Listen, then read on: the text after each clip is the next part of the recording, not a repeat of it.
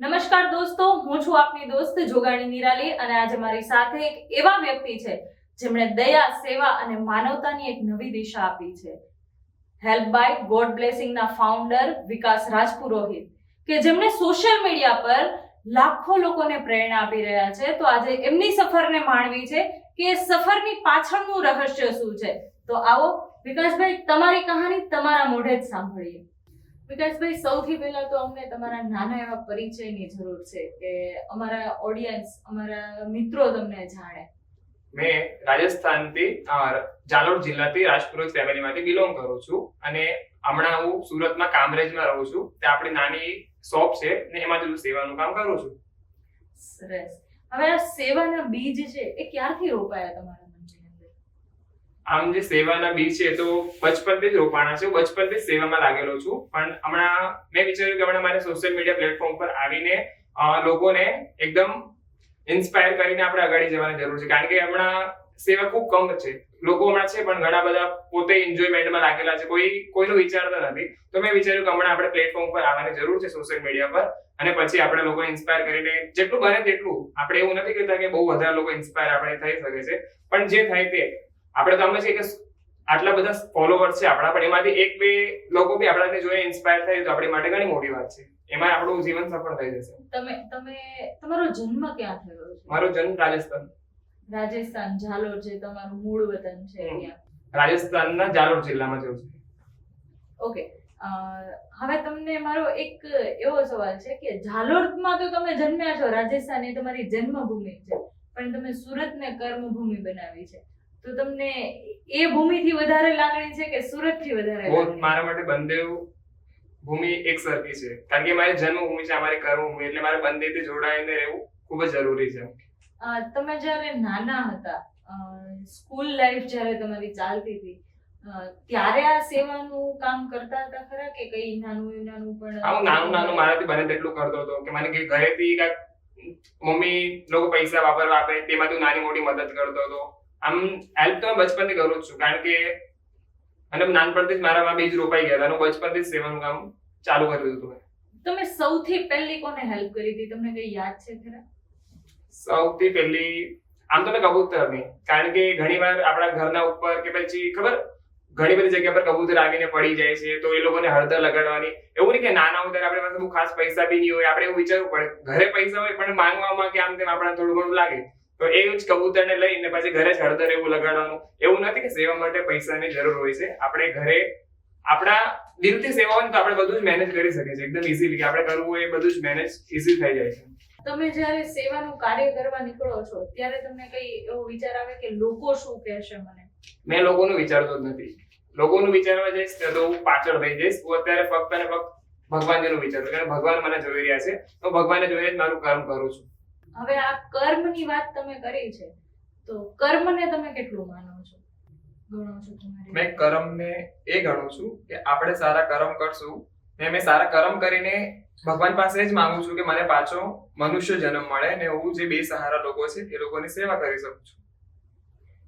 તમે તમારું જે ઇન્સ્ટાગ્રામ અકાઉન્ટ છે એનું નામ આપ્યું છે હેલ્પ બાય ગોડ બ્લેસિંગ, તો આ નામ ક્યાંથી આવ્યું?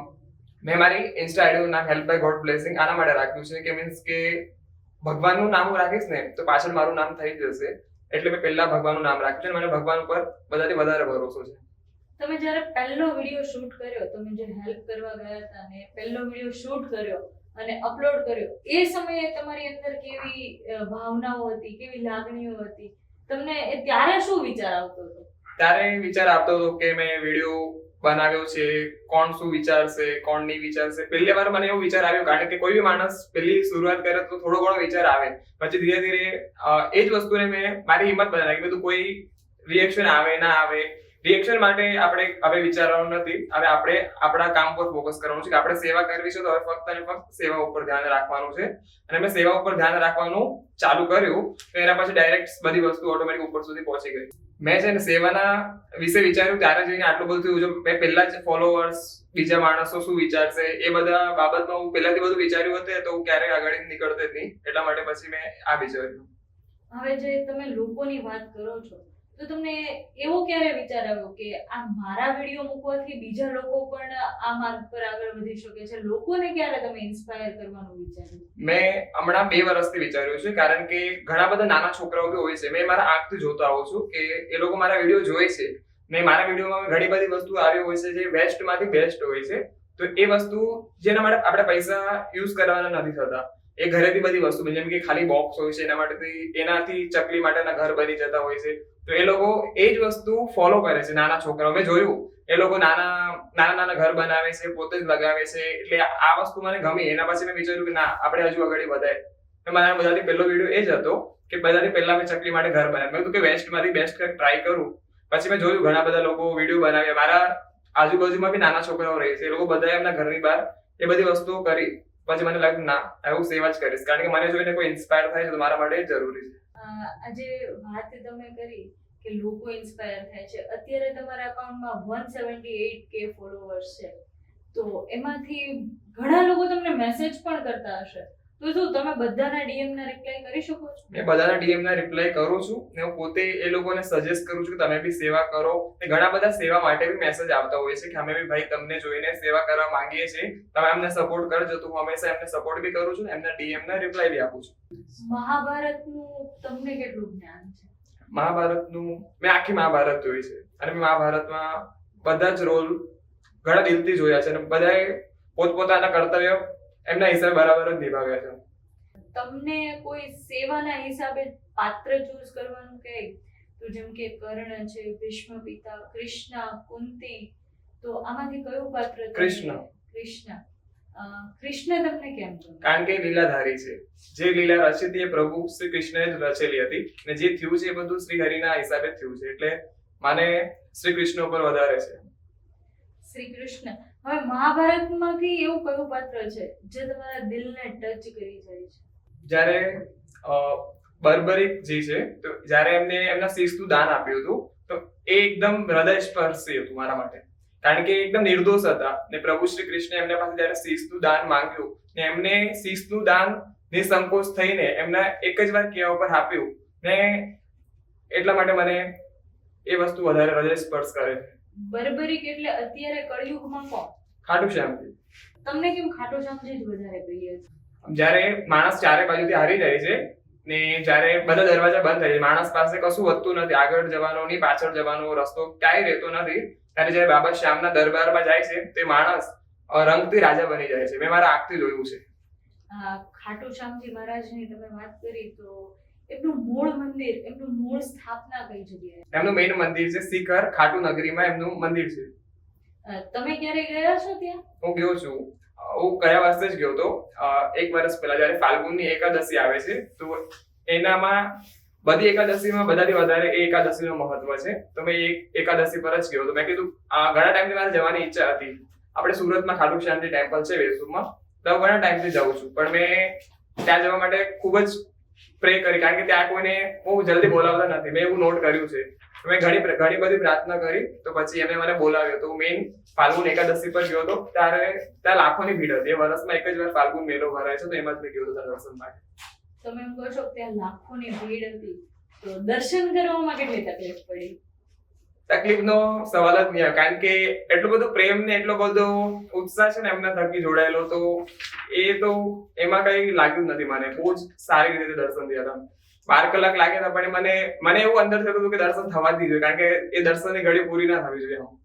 તમે જ્યારે અહીંયા આવ્યા ને અમારા સ્ટુડિયોમાં, ત્યારે મેં તમારી પાસે એક કાઉન્ટર જોયું હતું. તો શું એ ઓલવેઝ તમારી સાથે જ હોય છે કાઉન્ટર? એ કાઉન્ટર મારી સાથે જ હોય છે ઓલમોસ્ટ. એમાં હું રાધા નામ જપું છું. આપણે પ્રેમાનંદજી મહારાજથી ઇન્સ્પાયર થઈને મેં જોયું છે ને એ નામ જપથી મને ઘણો બધો સપોર્ટ મળે છે. અને હમણાં કળિયુગમાં નામ જપનું જ વધારે મહત્વ છે. રાધા નામ તમે જપો છો તો એનાથી તમને અંદરથી કેટલી શાંતિ મળે? ખૂબ જ શાંતિ, કારણ કે રાધા નામ જ્યારે જપીશ તો કૃષ્ણ મળી જશે, એટલા માટે હું રાધા નામ જપું છું. કારણ કે રાધાનું નામ લઈશ તો કૃષ્ણ દોડીને આવી જશે. ભગવાનની વાત કરતા કરતા આપણે ભગવાનના પ્રિય પાત્રો તરફ જવું છે, ત્યારે તમે તમારા ઘણા બધા વિડીયો અમે જોયા છે કે તમે એનિમલ્સને ફીડ કરાવો છો. તો એમાં સૌથી વધારે બેસ્ટ વિડીયો અમે તમારો જોયો ને, તો એ તમે વાંદરાઓને ફીડ કરાવી રહ્યા છો.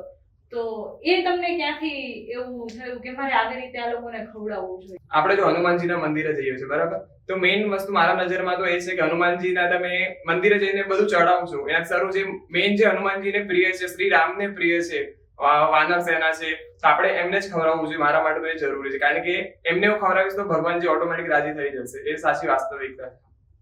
તમારો એક વિડીયો છે કે એક કપી મહારાજ છે એ તમારા હાથમાંથી કેળું લઈને જતા રહે છે, તો એ શું છે ને, એ ક્યાંનું છે? એ કબીરવડ ભરૂચ ગુજરાતનું છે ને ત્યાં હું ઘણા ટાઈમથી જઉં છું. એ મંકી એકદમ એકદમ કેમ આપણે ઘર જેવા મંકી હોય છે, મીન્સ એવું લાગે જ નહીં કે મંકી છે, કે મેં એવું ગણ્યું જ નથી ને એમને જોઈને એવું મને લાગ્યું બી નથી કે મંકી છે. લોકો એમને આવી રીતે સમજે છે કે ભાઈ આ પશુ છે એવું બધું, પણ મારા નજરમાં એ લોકો પશુમાં આવતા નથી. બહુ જ બધી જ ભાવના સમજે છે. ફક્ત ને ફક્ત એ લોકો બોલી નથી શકતા, પણ એ લોકો એના ઈશારાથી આપણે બધું ખબર પડી જાય છે. તમે કબીરવડ કેટલી વાર ગયા છો? હું કબીરવડ દર મહિનામાં 1 થી 2 વાર જાઉં છું. અને તમે જ્યારે જાઓ ત્યારે ફ્રૂટ અહીંયાથી લઈને જાઓ છો કે ત્યાંથી ખરીદો? મેં ફ્રૂટ્સ એવું બધું અહીંયાથી લઈને જાઉં છું ને મારા ફેમિલી વાળા બધા મારી સાથે જ આવે છે ને બધું અહીંયાથી જ આપણે લોકો લઈને જઈએ છીએ. ઓકે, તમે જ્યારે ત્યાં જતા હશો ત્યારે એ લોકો એવું વિચારતા હશે આજે તો અમારી પાર્ટી થઈ ગઈ એમ? એ લોકો ખરેખર એ જ વિચારે છે. જ્યારે મેં ગયો છું તો એ લોકો એવી રીતે કૂદતા આવે છે. આ નાના બચ્ચા સાથે બી ઘણા બધા આવતા હોય છે. એ લોકોનું રિએક્શન બહુ જ અલગ હોય છે, આમ બહુ જ હેપી છે એકદમ. તમે જ્યારે એ લોકો તમારી પાસે આવીને ફ્રૂટ ખાતા હોય તો ત્યારે તમને કેવી આમ અંદરથી ફીલિંગ હોય છે? જ્યારે એ લોકોને મેં જોઉં તો મને એવું લાગે કે બધા મારા પરિવાર જેવા જ, કારણ કે મેં કોઈ દિવસ એ લોકોને બેજુબાન ગણતો જ નથી. એકદમ ફેમિલી જેવું જ. એ લોકો મંકી જરૂર છે, પણ એ લોકો મને ફક્ત ને ફક્ત બોલી નથી શકતા, પણ એ લોકો જ્યારે ખાવા આવે છે ને મારી સાથે રહે બી છે, બેસે બી છે, મારા ખોળામાં બેસીને એ લોકો ખાય છે. પણ એ લોકોની બધી જ વસ્તુ ઘણી બધી સારી હોય છે. તમે આ વાંદરાઓને ખવડાવો છો, તમે ડોગ્સની સેવા કરો છો, કૂતરાઓ જે સ્ટ્રીટ ડોગ છે એમની, પછી ગાયોને ખવડાવો છો, તો આ બધું તમે જે સેવાનું કાર્ય કરો છો એમાં જે ખર્ચો થાય છે, કોઈ વસ્તુ ફ્રીમાં નથી મળવાની આપણને, તો એમાં જે ખર્ચો થાય છે એ ફંડિંગ ક્યાંથી લાવો છો અત્યારે? એ ફંડિંગ મેં પોતે જ મેનેજ કરું છું. આપણે કામરેજમાં મારી એક નાની શોપ છે, એ શોપમાંથી જ બધું મેં એકલો જ મેનેજ કરું છું. હમણાં સુધી તો કોઈએ મદદ કરી નથી, પણ ફ્યુચરમાં આપણે કોઈ મદદ કરે તો આપણે મદદ લઈ લેવાની. તમે કહો છો કે હું શોપમાંથી જ બધું કરું છું, તો શોપમાંથી તમારે ઘરે પણ આપવાનું અને તમારે સેવાનું કાર્ય પણ કરવાનું, તો એ બધું કેવી રીતે મેનેજ? મેં ફક્ત અને ફક્ત સેવામાં જ યુઝ કરું છું, કારણ કે મારા ઘરના એટલું બધું મને ફોર્સ કરતા નથી ને મારા ઘરના બી કે તું સેવા કરે છે તો તું સેવા કર.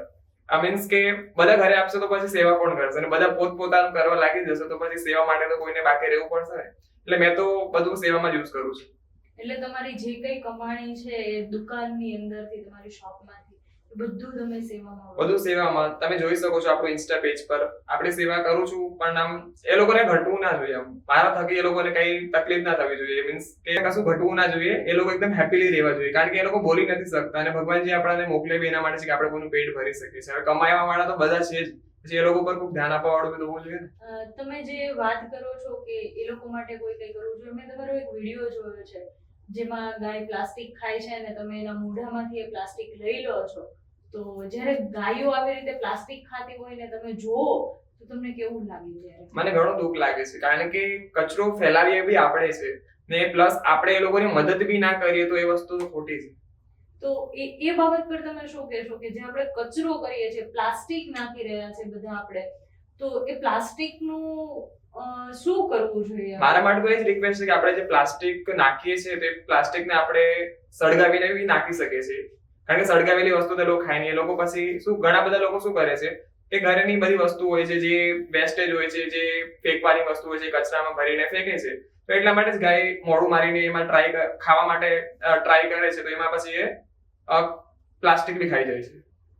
તો તમારું કહેવાનું એવું છે કે આપણે વસ્તુ નાખીએ છીએ તો વસ્તુ નાખો, પણ પ્લાસ્ટિક છે કે ડસ્ટબિનમાં નાખો, કે એટલે વસ્તુ બી નાખો, પણ જે નાખવા વાળી વસ્તુ હોય એ, કારણ કે ગાય માતા છે, એ શ્રી કૃષ્ણને બધાથી વધારે પ્રિય છે. મારા માટે તો એ જ ઇમ્પોર્ટન્ટ છે કે તમે ગાયની સેવા કરો તો તમારા માટે બધું જ આવી ગયું છે. તમને ક્યારે એવું લાગ્યું કે તમે સેવા કરતા હોય ત્યારે કે ખુદ ઈશ્વર મારી સાથે છે? મને ઘણી વાર લાગ્યું છે, કારણ કે બે જુબાનોની સેવા કરે એટલે પ્રભુની સેવા છે. ઓટોમેટિક અહેસાસ થાય છે. તમે એકવાર ટ્રાય કરીને જોજો. એટલે તમને આમ એવું ફીલ થાય કે આજે ઈશ્વર મારી સાથે છે, આજે ઈશ્વર મારા પર ખૂબ મહેરબાન છે. હું એ જ જોઉં છું. જ્યારે બી મેં સેવા કરું ને તો હું જોઉં નહીં આગળ પાછળ કશું જોઈએ. મને ખબર છે કે મારો પ્રભુ મને જોઈ રહ્યા છે. એ મને જોઈને રાજી થવા જોઈએ. બસ આ કળિયુગમાં મેં આ માનવને મોકલીને ઘણું સારું કર્યું છે એવું એમને ફીલ થવું જોઈએ. કારણ કે મારા માટે જરૂર છે કે મારા પ્રભુ રાજી હોવા જોઈએ. બસ તમે જે સેવાનું કાર્ય કરો છો એનાથી, હા, તમે કહો છો કે તમારા ફેમિલી મેમ્બર્સ બધા ખુશ છે તમારાથી, તમારું ફ્રેન્ડ સર્કલ પણ ખુશ છે તમારાથી, પણ ક્યારે એવું પણ બન્યું હોય કે તમારી આસપાસ કોઈ નેગેટિવ વાત કરી હોય તમારી સેવાને લઈને, તો તમને કેવી ફિલિંગ આવે ત્યારે? મેં વિચાર્યું જ નથી. કારણ કે આ કળિયુગ છે, આમાં 90% લોકો સપોર્ટ કરશે, 10% લોકો એવું વિચારશે, પણ મેં એ લોકો પર ધ્યાન નથી આપતો. મેં ફક્ત અને ફક્ત મારા કર્મ ઉપર ધ્યાન આપું છું. જે આ તમારું નામ છે હેલ્પ બાય ગોડ બ્લેસિંગ, તો એ નામનો અર્થ તમારી રીતે તમે શું કરો છો? મેં જે કંઈ કરું છું એ ભગવાનના આશીર્વાદથી કરું છું. તો મેં જ વિચાર્યું કે મારે જે કંઈ કરવું છે, જે કંઈ થશે એ ભગવાનના આશીર્વાદથી જ થશે. એટલે મેં હેલ્પ બાય ગોડ બ્લેસિંગ નામ રાખ્યું છે. દરેક માણસને કોઈ એક નાની એવી વાત હોય કે કોઈ એક નાનો એવો શબ્દ હોય એ રોજ પ્રેરણા આપતી હોય, કે કોઈ મંત્ર હોય એ રોજ પ્રેરણા આપતો હોય, તો તમને એવી કઈ બાબત છે કે રોજ સવારે ઉઠીને સેવા કરવાની પ્રેરણા આપે છે? આપણે પ્રેમાનંદજી મહારાજ છે, તો એમને એક શ્લોક કીધું છે, તો હું એ શ્લોક જ દરરોજ બોલું છું. કૃષ્ણાય વાસુદેવાય હરે પરમાત્મને પ્રણત ક્લેશ નાશાય ગોવિંદાય નમો નમઃ.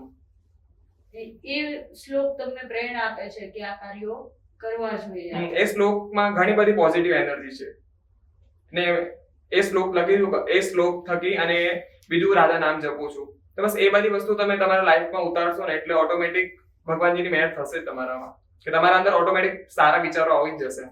તમારા માટે રિયલ સક્સેસ શું છે? સેવા. મારા માટે તો એ જ સક્સેસ છે કે હું ફ્યુચરમાં આ લોકો માટે ઘણું બધું કરી શકું છું. હમણાં મેં કરું છું, પણ ફ્યુચરમાં એ લોકો માટે ઘણું બધું કરીને તૈયાર કરી શકું. તમારા લગ્ન થઈ ગયા છે? લગ્ન બાકી છે. તો તમને એવું નથી લાગતું કે ક્યારેક ને ક્યારેક જ્યારે એ સમય આવશે ત્યારે તમારું આ કાર્ય તમને એમાં અડચણ બની શકે છે? મને એવું નથી લાગતું, કારણ કે મારા સમાજના લોકો સેવામાં ઘણા બધા સપોર્ટ કરે છે. મેં રાજપુરોહિત ફેમિલીમાંથી બિલોંગ કરું છું. બીજી બધી વસ્તુમાં તો નહીં, પણ સેવામાં એ લોકો હંમેશા સમર્થન અને સપોર્ટ કરે છે. એટલે એ બધું એ લોકો સાચવી લેશે. અત્યારના સમય પ્રમાણે જોવા જાવ તો છોકરીઓની ડિમાન્ડ થોડી વધતી જાય છે. એ હિસાબે તમને એવું લાગતું હોય કે ક્યાંક ને ક્યાંક ઇફેક્ટ થશે? તો મેં જ વિચાર્યું કે જે મારી સાથે રહેવા આવશે ને એને મારાથી પ્રેમ હોય કે ના હોય, પણ મારી સેવાથી પ્રેમ હંમેશા હોવું જોઈએ. એ મારી માટે ઘણું જરૂરી છે. અત્યારે કોઈ એવું પાત્ર છે તમારા જીવનમાં? કોઈ નથી. પ્રભુ ધારશે એ જ થવાનું છે, એટલે પ્રભુ ઉપર મૂકેલું છે કે મારા ભગવાનજી બધું કરી નાખશે. કોઈ ક્યારે તમને એવો ડીએમ કર્યો છે કે યાર તમે સેવા કરો છો, આઈ લવ યુ? ઘણા બધા ડીએમ આવે છે, પણ મેં ડીએમ ઉપર ફોકસ કરતો નથી. મેં ફક્ત અને ફક્ત મારા કરિયર ઉપર ફોકસ કરું છું અને મારા સમાજને લઈને ચાલુ છું. કારણ કે મને ખબર છે કે મારા સમાજમાં કેવી રીતે રહેવાનું છે, કેવી મર્યાદા છે, તો મારી મર્યાદાના હિસાબે ચાલુ કરી લેતી. ભવિષ્યમાં જ્યારે તમને પ્રેમ થાય, કોઈ પણ એવું પાત્ર મળી જાય, તો એ પ્રેમ અને સેવાને કઈ રીતે મેનેજ કરશો? પહેલી વાત એ છે કે અમારામાં પ્રેમ થતું જ નથી. એ સાચી વાસ્તવિકતા છે કે અમારામાં જે મોટા લોકો જે ફાઇનલ કરે છે, મારા મોમ છે, મારા ડેડ છે, મારા મોટા પપ્પા છે, મારા પરિવારવાળા જે લોકો નક્કી કરે છે એ જ ફાઇનલ હોય છે. પ્રેમ અમારામાં આવતું જ નથી. અમે લોકો રાજપુરોહિત ફેમિલીમાંથી બિલોંગ કરીએ છીએ. અમારા સમાજમાં એ બિલકુલ એલાઉડ નથી. ને મેં બહુ હેપી છું કે એ લોકો જે કરે છે બધું પરફેક્ટ જ કરે છે. તમે કૃષ્ણને માનો છો, તો કૃષ્ણ તો પ્રેમને બહુ માને છે. કૃષ્ણ પ્રેમમાં માને છે, પણ કૃષ્ણ ગાયથી વધારે પ્રેમ કરતા હતા. એટલે તમે એકવાર ગાયના સાથે પ્રેમ કરીને જો, ડોગના સાથે પ્રેમ કરીને જો, મંકીના સાથે પ્રેમ કરીને જો, તો ત્યારે તમને પ્રેમની ડેફિનેશન ખબર પડશે. વાહ, ખૂબ સરસ તમે પ્રેમની પરિભાષા આપી છે. એક નાનું એવું રેપિડ ફાયર મારે તમારી સાથે કરવું છે. તમારે નાના વર્ડ્સમાં જવાબ આપવાના છે. મારા તરફથી હું એક નાનો એવો રેપિડ ફાયર કરવા માંગુ છું કે સૌથી પહેલા તો હેલ્પની સૌથી ટૂંકી ડેફિનેશન. કોઈની મદદ કરવી. નેક્સ્ટ 5 યરમાં તમારો ગોલ? સ્ટ્રીટ ડોગ માટે શેલ્ટર બનાવવાનું છે. પબ્લિકને શું કહેવા માંગો છો? મેં પબ્લિકને એ જ કહેવા માંગુ છું કે આપણાને કળિયુગમાં ભગવાનજીએ જે મનુષ્ય જન્મ આપ્યો છે, તો એ આપણે સારા કામમાં લગાવવો જોઈએ અને સારા કર્મ ઉપર ધ્યાન આપવું જોઈએ. ફર્સ્ટ પ્રાયોરિટી સુરત કે રાજસ્થાન? બોથ મારા માટે બંને એક છે. સુરતે તમને શું આપ્યું? સુરતે મને ઘણું આપ્યું છે. સુરતમાં રહીને જ મેં સેવા કરવાનું ચાલુ કર્યું છે. બીજા સ્ટેટમાં આજે તો મેં આટલું બધું નહીં વિચાર, કારણ કે સુરત એકદમ ફ્રીડમ જેવી છે. એમાં આપણે ગમે તે વિચારીને ગમે તે વસ્તુ કરી શકીએ. એકદમ ઘર જેવું જ છે. કર્મ અને પ્રેમ બેમાંથી ચોઈસ કરવાનું મળે તો કર્મ. મંકીની લેંગ્વેજ સમજાય છે? મને મંકીના સાથે બધા જ બેજુબાજુ લેંગ્વેજ સમજાય છે. ખાલી સમજવાની છે. જ્યારે એ લોકોની એકદમ નમી ભરેલી આંખો હોય છે ને, એ તમે જોજો એકવાર, એ બધું જ તમને કહી દે છે. એ લોકોને ખાવાનું જોઈએ છે, શું જોઈએ છે, એ લોકોને શું તકલીફ છે, હું બધું જાણી શકું છું. તમે કહો છો કે મેં મહાભારત જોઈ છે, તો હવે કોઈ નવી મહાભારત ફરીથી બનાવે અને તમને ચાન્સ મળે એમાં એક્ટિંગ કરવાનો, તો તમે કયું પાત્ર સ્વીકારશો? શ્રી કૃષ્ણ. અરે વાહ, શ્રી કૃષ્ણ. વાત મારે હજુ એક કરવી છે કે તમારો કોઈ એવો વિડીયો છે જે ખૂબ વાયરલ થયો હોય? મારા આમ તો બધા જ વિડીયો આપણા વાયરલ થયા છે, પણ એક મંકી વાળો વિડીયો છે, એક ગાય વાળો વિડીયો છે. આ સેવા તો એ થઈ. પછી એવી કોઈ સેવા હોય કે જે બધાને દેખાય છે, બધાને કરવું જોઈએ, પણ એ કોઈએ નથી કર્યું, તમે એકે કર્યું છે? મેં કર્યું છે. જેમ કે આપણે રોડ સાઈડમાં કઈ પ્રોબ્લેમ હોય છે, જેમ કે નાના સરિયા હોય છે બહાર નીકળેલા ક્યારેક, તો હું પોતે જ કરી નાખું છું. આમ એવું નથી કે આપણે ગવર્મેન્ટનું કામ છે તો એ કરશે, એવું વિચારતો નથી. હું પોતે જ વિચારું છું અને પોતે જ કરી દઉં છું, કારણ કે જે કઈ પ્રોબ્લેમ આવે છે તો એ બધી જે કઈ પ્રોબ્લેમ છે એ બી આપણા થકી જ થાય છે. હવે જેમ કે રોડ સાઈડ કઈ પ્રોબ્લેમ થાય છે તો એ બધી આપણા લીધે જ થાય છે, કોઈ બીજું કરતું નથી. એવું તો નથી કે ઓટોમેટિક બધી વસ્તુની પ્રોબ્લેમ ક્રિએટ થઈ જાય છે. તો બસ એ જ આપણે દૂર કરી શકીએ છીએ. એવું નથી કે ગવર્મેન્ટ આવીને દૂર કરે, બધું આપણું જ છે. સુરત બી આપણું છે અને બધા સ્ટેટ આપણા, એટલે આપણે સમજીને જ બધું કરવું પડે. એવું કોઈ કાર્ય કે તમે આવું કંઈ કરવા ગયા હોય અને એ કોઈ મોટા વ્યક્તિની નજરમાં એ તમારું કામ આવી ગયું હોય? મેં એકવાર હેલ્પ કરી હતી. આપણે મારા કામરે 4 રસ્તા પર એક સરિયો હતો, તે સરિયાથી કોઈને વાગી જાય એવું હતું, તો એ સરિયાના ઉપર મેં કાપડ એવું લગાવીને એક સરિયો સાઈડ કર્યો હતો. તો એ વિડીયો આપણો 59 મિલિયનમાં ગયો હતો. એ જ વિડીયો આપણો વીટીવી ન્યૂઝમાં આવ્યો હતો અને એક હર્ષ સંઘવી સરે બી મારો આ વિડીયો એમની આઈડી પર પોસ્ટ કર્યો હતો. અને વાહ, ખૂબ સરસ કે એમના સુધી એક વાત પહોંચી છે કે કોઈ વિકાસ રાજપુરોહિત કરીને છે જે આવા કાર્યો પણ કરી રહ્યા છે, જે સુરતને પોતાનું ઘર માની રહ્યા છે અને લોકોની સેવા નિસ્વાર્થ ભાવે કરે છે, બેજુબાનોની સેવા નિસ્વાર્થ ભાવે કરે છે. તો વાત ખાલી એટલી જ કરવી છે કે તમે જે કંઈ કરી રહ્યા છો, તમે એનાથી લોકોને શું કહેવા માંગશો કે એ લોકોએ શું કરવું જોઈએ? મેં લોકોને એ જ કહેવા માંગુ છું કે ભગવાન એ આપણાને જન્મ આપ્યો છે તો ફક્ત અને ફક્ત બેજુબાનોની સેવા કરવા માટે જ આપ્યો છે. હું એ માનું છું, કારણ કે એ લોકો પાસે આવાજ નથી. ભગવાને આપણી પાસે બધું જ આપ્યું છે. પૈસા આપ્યા છે, ઘર આપ્યું છે, શરીર આપ્યું છે, બોલવાની આંખથી જોવાનું, બધું જ કાનથી સાંભળવાનું, બધું જ વસ્તુ આપી છે. આપણા માટે જરૂરી છે કે આપણે એ લોકોનો સહારો બનીને એ લોકોની મદદ કરી શકીએ. તો એ જ કહેવા માંગુ છું. ખૂબ ખૂબ આભાર વિકાસભાઈ કે તમે અમારી સાથે તમારી સેવાની જર્નીને શેર કરી અને તમે અમારા આ આખા સમાજ માટે પ્રેરણા બની રહ્યા છો. ત્યારે મારે એટલું જ કહેવું છે કે અમે ખરા હૃદયથી તમારો આભાર માનીએ છીએ કે તમારા સેવાના રંગોને તમે અમારી સાથે શેર કર્યા અને ઈશ્વરને એટલી પ્રાર્થના કરીએ કે તમારા સેવાના કાર્યોમાં હર હંમેશ તમારી સાથે રહે અને તમારી ટીમ આમાં આગળ વધતી રહે. અને જો તમારે કોઈને પણ આ સેવાના કામમાં સહભાગી બનવું હોય તો એમને આર્થિક રીતે મદદ કરીએ કે એમને જે બેજુબાનો માટે ખાવાનું જોઈએ છે એ ખાવાનું પહોંચાડતા રહીએ. આભાર અને અમારી સાથે બન્યા રહેજો નવા એપિસોડમાં નવા રંગો સાથે.